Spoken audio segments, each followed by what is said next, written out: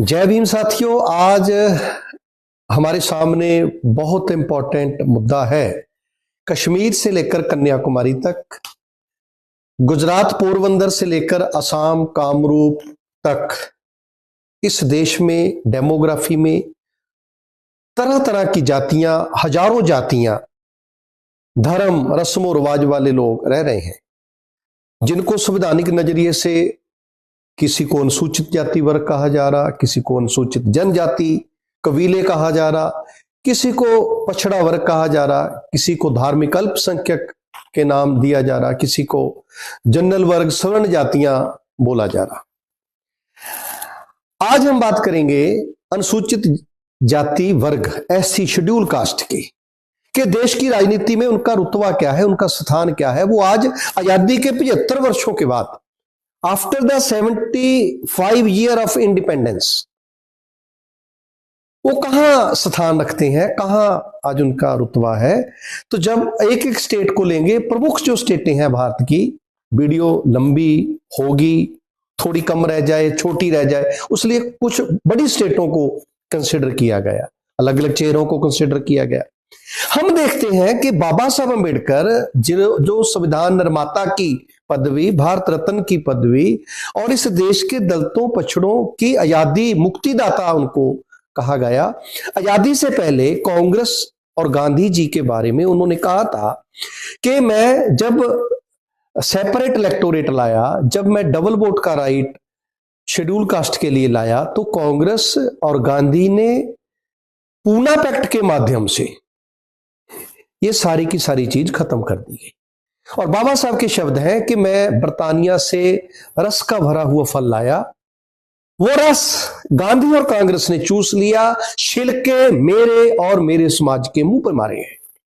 ये बाबा साहब अम्बेडकर का दर्द था। वो रस क्या था, वो छिलके कौन है, आज ये बात करेंगे आपके बीच में। हर state wise schedule caste population, इस देश का 1/5 जो पार्ट है, वो शेड्यूल कास्ट, जिनकी पॉपुलेशन 2011 की जो मर्दमशुमारी है उसमें 16% से ज्यादा है, 17% को टच कर गई। 2026 से पहले पहले सेंसस आएगा, नया सेंसस आएगा, 15 साल के बाद सेंसस आएगा। उस सेंसस में ये पॉपुलेशन पूरे भारत की पॉपुलेशन का 20% को टच करेगी, ऐसा अनुमान है, ऐसा पूरा अनुमान है।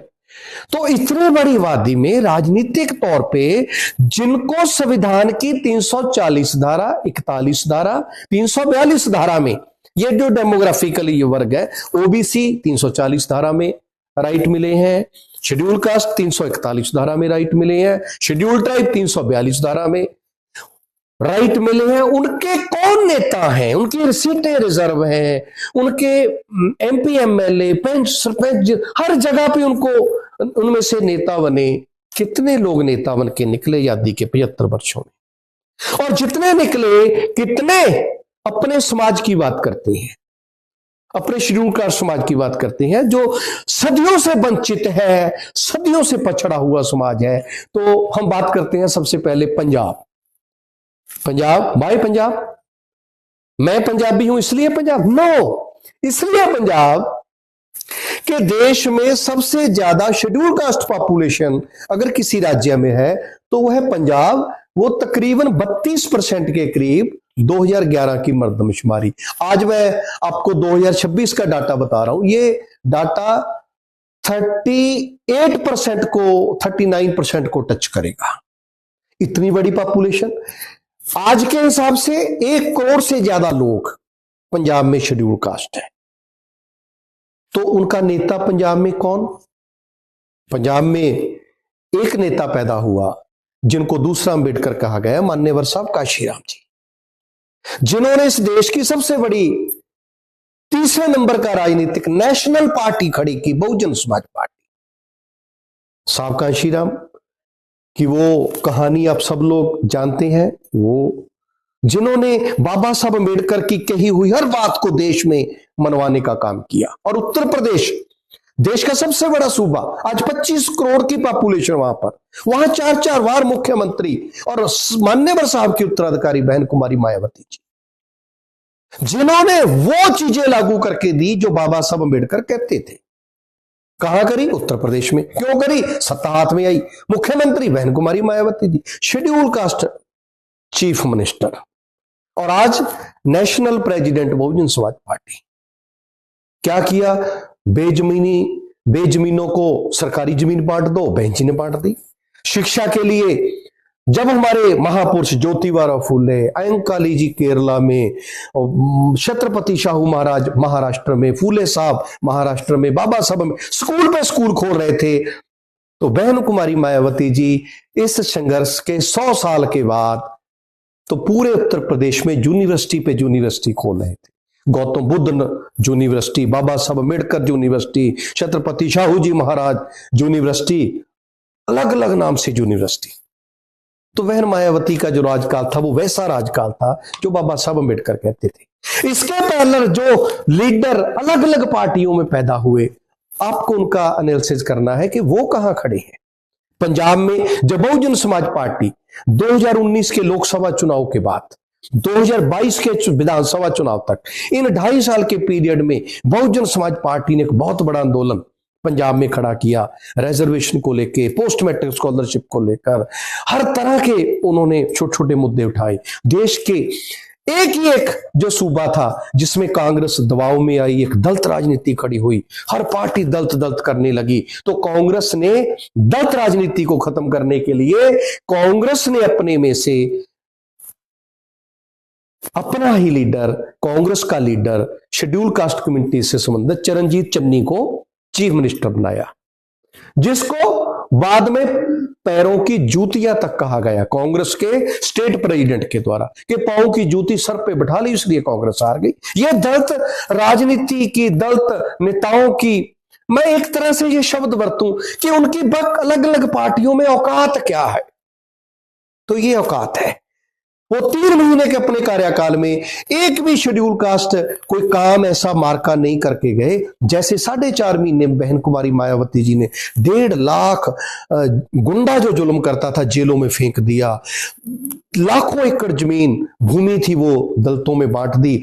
चरणजीत चन्नी जी ऐसा कोई भी काम जो बाबा साहब अम्बेडकर ने अपने जो अनुसूचित जाति की प्रॉब्लम्स हैं, उनके अलग से वॉल्यूम है, उस वॉल्यूम पे आधार पे अगर किसी ने काम किया तो बहन कुमारी मायावती जी ने किया। और पंजाब में दूसरे लीडर थे चौधरी फैमिली, 18 उस घर के 18 लोग, कांग्रेस ने आजादी के 75 वर्षों में 18 बार एमपी एमएलए की टिकट दी, कोई एमएलए बन रहा, कोई एमपी बन रहा। गुलवंता सिंह चौधरी, सुंदर सिंह चौधरी, गुलवंता सिंह चौधरी, जगजीत चौधरी, ये चौधरी वो, ये चौधरी वो चौधरी। तो चौधरियों ने दलित समाज के चौधरी तो थे, लेकिन कांग्रेस से कोई काम ना करवा सके, अपनी पार्टी कांग्रेस से वो कोई काम ना करवा सके। जम्मू कश्मीर में ऐसा कोई मूवमेंट नहीं जिसमें शेड्यूल कास्ट के लिए, वहां सोशल जस्टिस, सोशल चेंज, कोई मूवमेंट नहीं। इसी तरह हिमाचल प्रदेश, बीजेपी का एक लीडर सुरेश, कांग्रेस का एक लीडर सुरेश, एक एमपी एक एमएलए। और हिमाचल प्रदेश में दलितों के साथ जितना अन्याय, आज भी उनके शादी भोग टेंट अलग लगते हैं, लाइन अलग लगती है, आज भी उनके साथ छुआछूत बड़े पैमाने पर है। आज भी दलित मंदिरों का पुजारी देवभूमि पे, देवों की भूमि पे दलित पुजारी नहीं बन सकता। देव वर्सेस दलित, आज भी वो लड़ाई, वहां पर दलित को अछूत करार दिया गया। इसी तरह अगली बेस्ट, हिमाचल प्रदेश का नाम क्यों लिया? क्योंकि यहां की पॉपुलेशन 25% से ज्यादा शेड्यूल कास्ट है। तीसरे नंबर पर वेस्ट बंगाल है, सबसे बड़ा, 3rd लार्जेस्ट पॉपुलेशन, और ये भी 24% के करीब, और 2 करोड़ 14 लाख शेड्यूल कास्ट है वेस्ट बंगाल में, 2 करोड़ 14 लाख। जिस दिन दलित 1 करोड़ इकट्ठा होकर एक सिंबल पे भूत जाएगा, वेस्ट बंगाल में शेड्यूल कास्ट चीफ मिनिस्टर हो सकता है। लेकिन आजादी के 75 वर्षों में लेफ्ट भी रहा, राइट भी रहा, ममता भी रही, ये भी रहा, वो भी रहा, लेकिन दलित नहीं रहा। और वेस्ट बंगाल, जहां हरिचंद ठाकर, गुरुचंद ठाकर, नमो शूद्रा मूवमेंट, मतुआ आंदोलन, जोगिंदर नाथ मंडल, 1946 बाबा साहब अम्बेडकर की जैसौर खुलना सीट, लेकिन दलित मूवमेंट में कोई भी दलित आंदोलन आज तक ऐसा खड़ा नहीं हो सका जो वहां पर राज सत्ता में को दलित समाज की बात कर सकता हो। इसी तरह उत्तर प्रदेश, सावका श्रीराम, बहन कुमारी मायावती जी, दोनों एक साथ चले